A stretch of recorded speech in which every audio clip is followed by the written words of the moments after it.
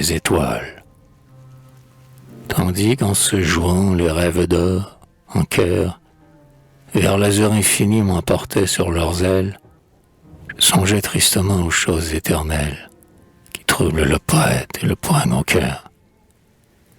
La nuit était sereine, et par le ciel sans voile, laissant voir grande ouverte une blessure au flanc.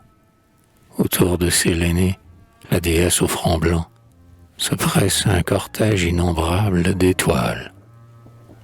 Sur un rythme voilé, pénétrant et très doux, elle disait des chants amoureux et mystiques, comme l'hymne d'Hymène que les vierges antiques chantaient en amenant l'épousée à l'époux. Mes rêves, à côté de leur ronde de flammes, suspendirent leur vol, et tremblant, je leur dis, étoiles qui veillent au seuil des paradis, flambeaux étincelants qui me semblaient des âmes, étoiles, d'où vient donc qu'au sein de l'éther bleu, vous dansez en chantant malgré les meurtrissures dont vous portez la trace, et que de vos blessures, au lieu de sang vermeil, sort un rayon de feu.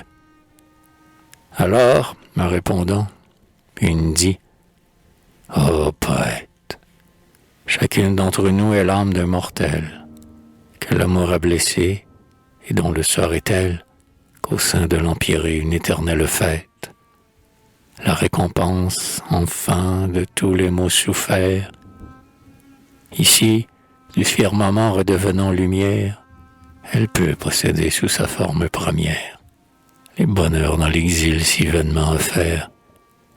Car si grand est l'oubli, l'ivresse si profonde, qu'après avoir goûté nos pures voluptés, on trouverait douleur les plaisirs inventés par les pâles humains dans leur funèbre monde. Elle dit, et depuis, chaque fois que l'amour agrandit la blessure ouverte dans mon âme, je soupire après l'heureux, bien loin de la femme, je pourrais devenir une étoile à mon tour.